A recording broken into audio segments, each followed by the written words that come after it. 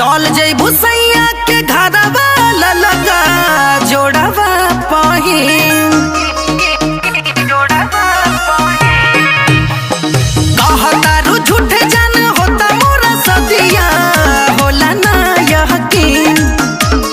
चल जइबू सैया के घरवा लगा जोड़वा पहिन कहतनी सच बात बुझला मजाक दिन उतर गए बसनी चढ़ के।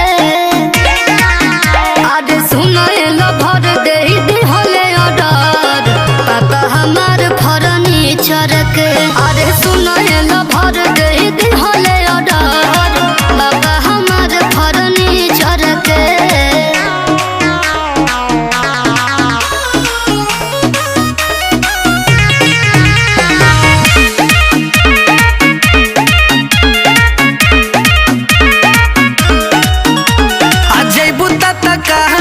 पूछबू ना हाल जाई के ससुररिया में आहो जइबू जहान ईद के तू चाहन बैठते ही गड़िया में। तो का करी बताओ।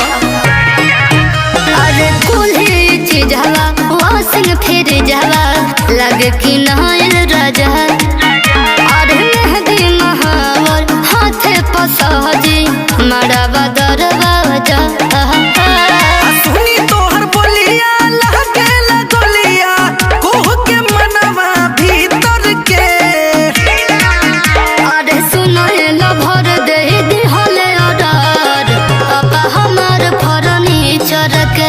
अरे सुनए लो भर दे दिहले ऑर्डर पापा हमार फर्नीचर के।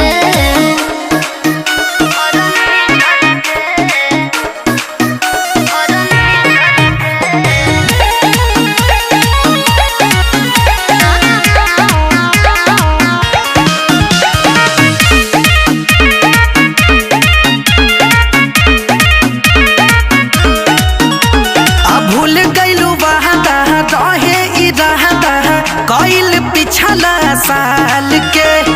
अखियां के सोझा गम के ई बोझा चली जइबू डाल के। अरे ना पागल ऐसा मत सोचा। बुझ मजबूरी करता दूरी पापा के पगड़िया।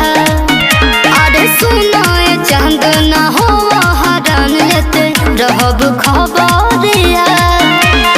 चुमाबू गुलाब तुआरी न महताब के मारी तर के। अरे सुनो ए लो भर दे दिहले ऑर्डर पापा हमार फर्नीचर के। जब ऑर्डर दियाइए गेल बा आ तू तो मनबे ना तो चल दू चार ठुमका हमरो से मारवा चल। अरे सुनो ए लो भर दे दिहले ऑर्डर पापा हमार फर्नीचर के। अरे सुनो ए लो भर दे दिहले ऑर्डर पापा हमार फर्नीचर के। हाय आईफोन वाला आजो जाके बियाह कर। बियाह के मजा लेबू दूसरा से आईफोन चलाबू हमर तोरी मैया के पहिया पूंजी। अरे सुनो ए लो भर